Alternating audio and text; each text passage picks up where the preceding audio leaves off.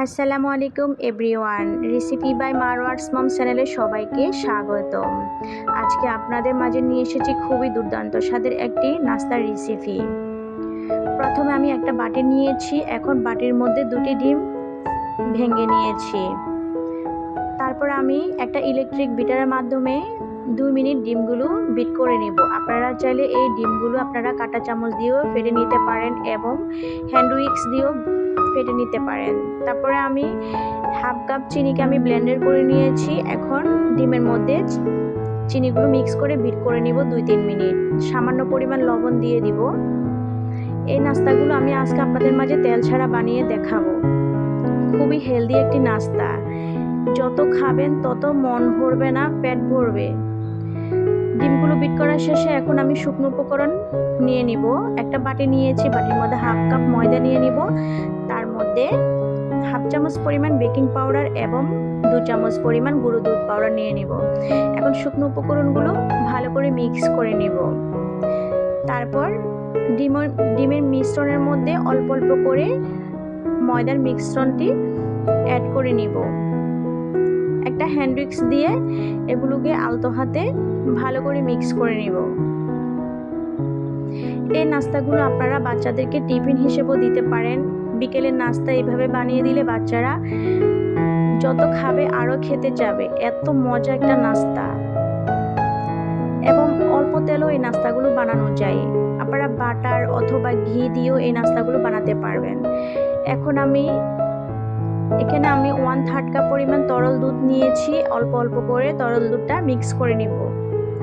বেশি একবারে দিতে যাবেন না, তখন ডোটা একবারে পাতলা হয়ে যাবে, তখন নাস্তাগুলো ভালো হবে না। তারপরে দুধগুলো আমি মিক্স করে এখন এর মধ্যে আমি দিয়ে দিব হাফ চামচ পরিমাণ ভ্যানিলা এসেন্স ফ্লেভারের জন্য। আপনারা চাইলে এখানে এলাচের গুঁড়োটাও ব্যবহার করতে পারেন, তবে আমি ভ্যানিলা এসেন্সটা ব্যবহার করছি। এখন আমার শুকনো উপকরণগুলো মিক্স করার শেষে এখন আমি আপনাদেরকে দেখাচ্ছি ডোটা কেমন পাতলা হবে। বেশি অতিরিক্ত পাতলা করতে যাবেন না, আবার অতিরিক্ত ঘন করতে যাবেন না। ঘন হলে আবার নাস্তাগুলো শক্ত শক্ত টাইপের হবে, তখন খেতে ভালো লাগবে না।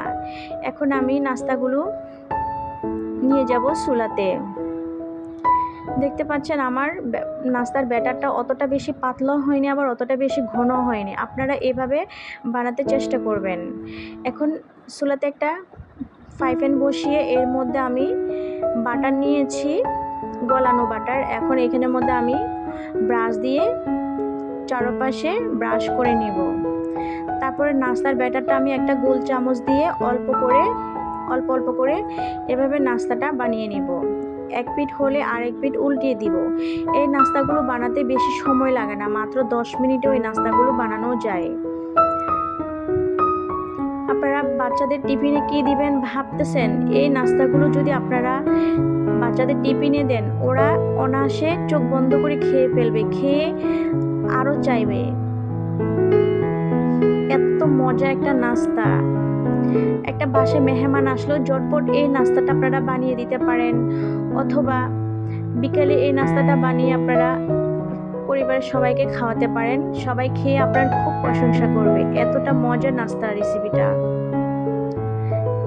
যারা এই পর্যন্ত আমার ভিডিওটি দেখছেন অথচ সাবস্ক্রাইব করা নেই, সাবস্ক্রাইব করে আমার পাশে থেকে যাবেন এবং পাশে বেল আইকনটি অন করে রাখবেন, যাতে আমি ভিডিও ছাড়ার সাথে সাথে আপনাদের কাছে নোটিফিকেশন পৌঁছে যায়।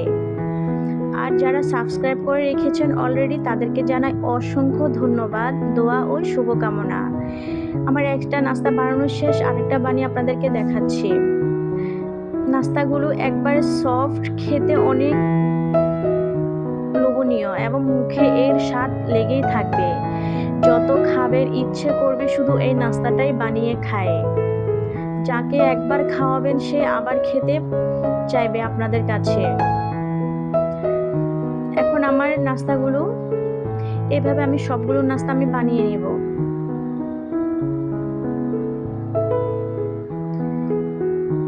দেখতে পাচ্ছেন মাশাআল্লাহ আমার সবগুলো নাস্তা এভাবে আমি বানানো শেষ। দেখতে কতটা সুন্দর লাগতেছে এবং খেতেও অনেক দুর্দান্ত স্বাদ এই নাস্তাগুলো। বিশেষ করে বাচ্চারা খুবই পছন্দ করবে এই নাস্তাগুলো। উপরে আমি একটু কিছু কাজু বাদাম, পেস্তা বাদাম ছিটিয়ে দিচ্ছি। এখন আপনাদেরকে একটা আমি ভেঙে দেখাচ্ছি কতটা সফট, নরম, তুলতুলে নাস্তাগুলো। এই নাস্তাগুলো খুবই হেলদি, তেল ছাড়া নাস্তাগুলো বানানো যায়। দেখতে পাচ্ছেন আপনারা, মাশাআল্লাহ কতটা নরম তুলতুলে হয়েছে নাস্তাগুলো। তেল ছাড়া যে এই নাস্তাগুলো বোঝাই যাচ্ছে না। আশা করি আজকের রেসিপিটা আপনাদের খুবই ভালো লাগবে। সবাই ভালো থাকবেন, সুস্থ থাকবেন। আজকের জন্য এখানে বিদায় নিলাম। আল্লাহ হাফেজ। আসসালামু আলাইকুম।